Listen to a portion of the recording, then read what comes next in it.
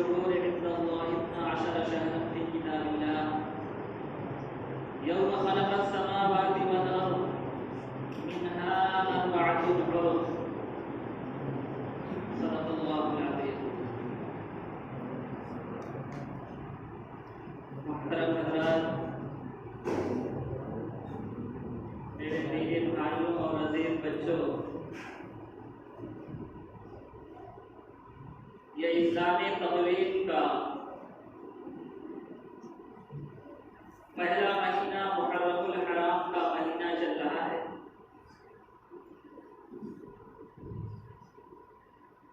سن ہجری کی ابتدا اسی مہینے سے ہوتی ہے، لیکن افسوس کا مقام ہے کہ جس سال اور جس مہینے اور جن دنوں سے ہماری بہت سی عبادات متعلق ہیں، بہت سے شرعی احکامات متعلق ہیں، ہم ان مہینوں اور تاریخوں کو یاد نہیں رکھتے۔ حالانکہ جتنی بھی عبادات ہیں جو کسی خاص تاریخ سے متعلق ہیں، تو وہ تاریخ قمری مہینے ہی کی تاریخ ہوتی ہے۔ رمضان کے ہمیں مبارک مہینے کے روزے رکھنے ہیں، تو رمضان کے روزے ہم قمری تاریخ کے اعتبار سے ہی رکھتے ہیں۔ ہمیں اسلامی تہوار عید اور بقرعید کا تہوار منانا ہے تو اس کا تعلق بھی قمری تاریخ سے ہے، چاند کی تاریخ سے ہے۔ ایسے ہی حج کی ایام، ان کا تعلق بھی چاند کی تاریخ سے ہے۔ لیکن چونکہ دنیا کے اندر ہر جگہ، ہر شعبے کے اندر، ہر دفاتر کے اندر عام طور سے انگریزی تاریخوں کے اعتبار سے کام ہوتے ہیں، مزدوروں کو مزدوری دی جاتی ہے، اس وجہ سے زیادہ تر لوگ اسی کو یاد رکھتے ہیں۔ بہت سے مدارس کے ذمہ دار حضرات بھی اپنے مدارس کے اندر اساتذہ کو تنخواہ انگریزی مہینے کے اعتبار سے دیتے ہیں۔ حالانکہ ہم مسلمانوں کو جب ہمارا ہر نظام، شریعت کا ہر حکم، ہر عبادت کا تعلق قمری تاریخ کے اعتبار سے ہے، تو ہمیں قمری تاریخ کا، چاند کی تاریخ کا لحاظ کرنا چاہیے۔ بہت سے مدارس کے حضرات چاند کی تاریخ کا لحاظ کرتے ہیں، چاند کے مہینے کے اعتبار سے دیتے ہیں۔ بہرحال ہمیں اپنے اسلامی تاریخ، اس کے مہینوں کو یاد رکھنا چاہیے۔ تو یہ اسلامی کیلنڈر کا پہلا مہینہ چل رہا ہے، محرم الحرام کا مہینہ، یعنی وہ مہینہ جو بہت عظمتوں اور حرمتوں والا مہینہ ہے، بہت بابرکت مہینہ ہے۔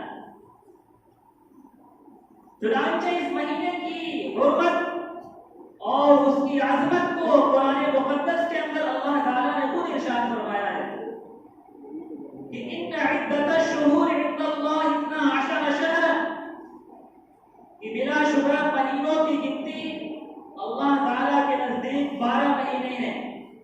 یوم خلق السماوات والارض، اور یہ سال کے 12 مہینے اللہ تعالیٰ نے اس وقت بنائے جب اللہ تعالیٰ نے زمین و آسمان کو پیدا کیا۔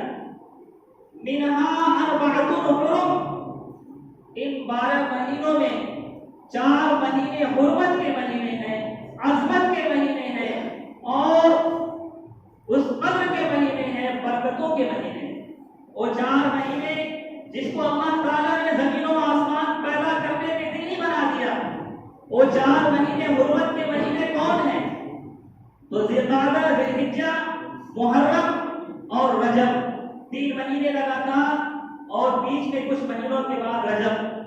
یہ 4 مہینے جس کو اللہ تعالیٰ نے زمین و آسمان کے پیدا کرنے کے دن ہی بنا دیا، یہ 4 4 مہینے حرمت کے مہینے ہیں، عظمت کے مہینے ہیں، ان کی قدر کرنی چاہیے، ان مہینے کی ایام کا، اس کی عظمتوں کا لحاظ کرنا چاہیے، پاس رکھنا چاہیے۔ اور اللہ کے نبی صلی اللہ علیہ وسلم ایک حدیث کے اندر ارشاد فرماتے ہیں، اللہ کے نبی کا فرمان ہے کہ رمضان کے مبارک مہینے کے روزوں کے بعد سب سے افضل روزے محرم الحرام کے دنوں کے روزے ہیں، اور 5 وقتہ فرض نمازوں کے بعد سب سے افضل نماز تہجد کی نماز ہے۔ یہ پوری حدیث ہے۔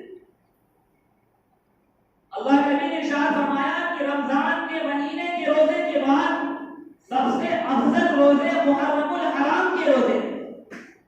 اللہ کے نبی کی حدیث سے بھی محرم الحرام کی عظمت اور حرمت کا اندازہ ہوتا ہے۔ لیکن بہت سے لوگوں کا یہ خیال ہے کہ محرم الحرام کے مہینے کی فضیلت اور خاص طور سے 10 تاریخ کی، جس کو عاشورہ کا دن کہا جاتا ہے، جس دن نوازے رسول فاطمہ کے لال، جنت کے نوجوانوں کے سردار حضرت حسین رضی اللہ تعالیٰ عنہ کو نہایت بے دردی کے ساتھ میدان کربلا میں شہید کر دیا گیا، ان کی شہادت کی وجہ سے اس دن کی عظمت ہے، اس مہینے کی عظمت ہے۔ حالانکہ ان کی بہت بڑی بھول ہے۔ جس دن اللہ تعالیٰ نے، جیسا کہ قرآن کہہ رہا ہے، جس دن اللہ تعالیٰ نے زمین و آسمان کو پیدا کیا، اسی دن 4 مہینے اللہ نے حرمت کے بنا دیے۔ انہی 4 مہینوں میں سے محرم کا بھی مہینہ، یہ محرم کے مہینے کی عظمت یا عاشورہ کے دن کی عظمت حضرت حسین رضی اللہ عنہ کی شہادت کی وجہ سے نہیں ہے۔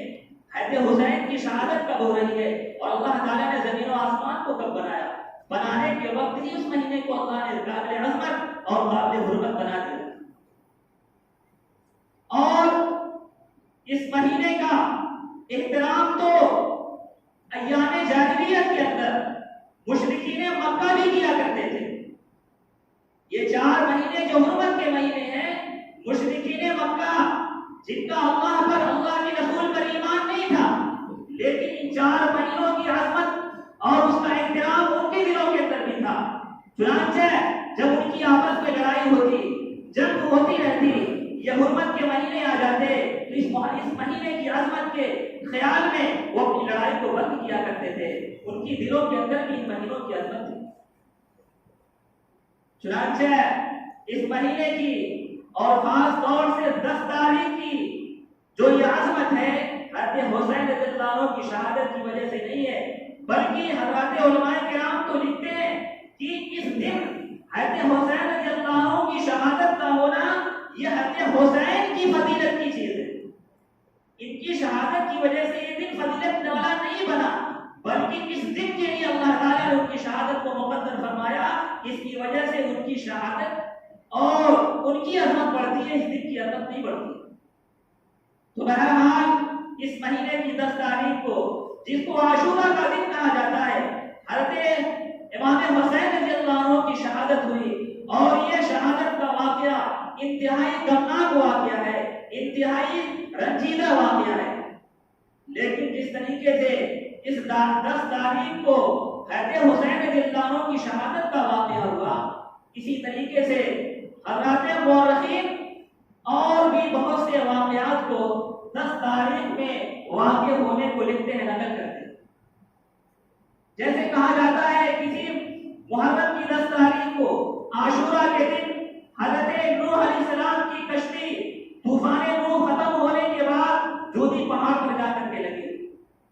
ایسے ہی یہ بھی کہا جاتا ہے کہ حضرت آدم علیہ السلام کو اللہ تعالیٰ نے عاشورہ کے دن پیدا کیا، اور اسی طریقے سے حضرت یونس علیہ السلام کو مچھلی کے پیٹ سے جو نکلنا نصیب ہوا، نکالا گیا، وہ بھی عاشورہ کے دن ہوا۔ لیکن حضرات علماء کرام لکھتے ہیں کہ جتنے بھی واقعات اس تاریخ سے منسوب کیے جاتے ہیں، کسی کی کوئی سند نہیں ہے، بس لوگ نقل ایسے ہی ہوتا چلا آیا ہے۔ ہاں، ایک واقعہ حدیث کی کتابوں میں اس 10 تاریخ کو ثابت ہوتا ہے کہ اللہ کے نبی صلی اللہ علیہ وسلم جب مکہ سے مدینہ ہجرت کر کے تشریف لے آئے تو مدینہ کی یہودی روزہ رکھا کرتے تھے 10 تاریخ کو عاشورہ کے دن۔ تو اللہ کے نبی نے لوگ اس 10 تاریخ کو آخری روزہ کیوں رکھتے ہو؟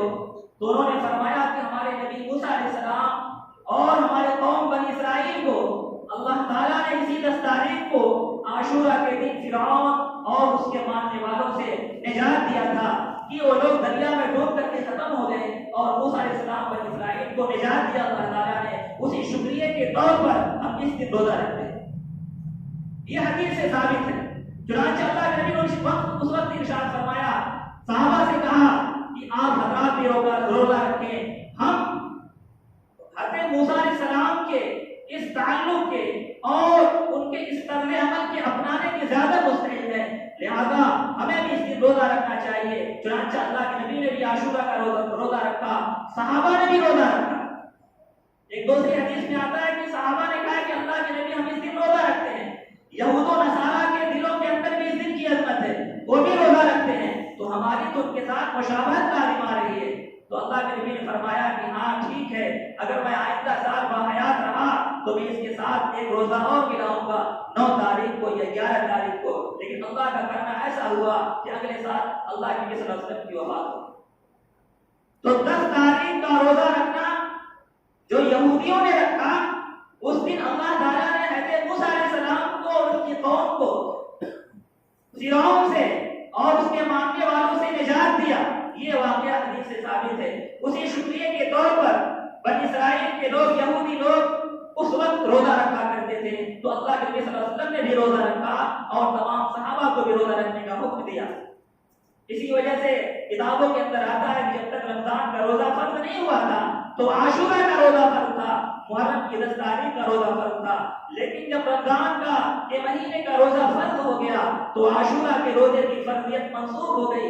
ہاں اس کا استحباب، اس کی سنت اب بھی باقی ہے کہ عاشورہ کا روزہ رکھنا یہ مستحب ہے اور سنت ہے۔ اللہ کے نبی کی ایک حدیث ہے، اللہ کے نبی ارشاد فرماتے ہیں کہ جو عاشورہ کا روزہ رکھتا ہے مجھے اللہ کی ذات سے امید ہے اس کے 1 سال گزشتہ کے گناہوں کا کفارہ بن جائے۔ چنانچہ عاشورہ کا روزہ جو آدمی رکھتا ہے اس کے گزرے ہوئے 1 سال کے اللہ تعالیٰ گناہ معاف کر دیتے۔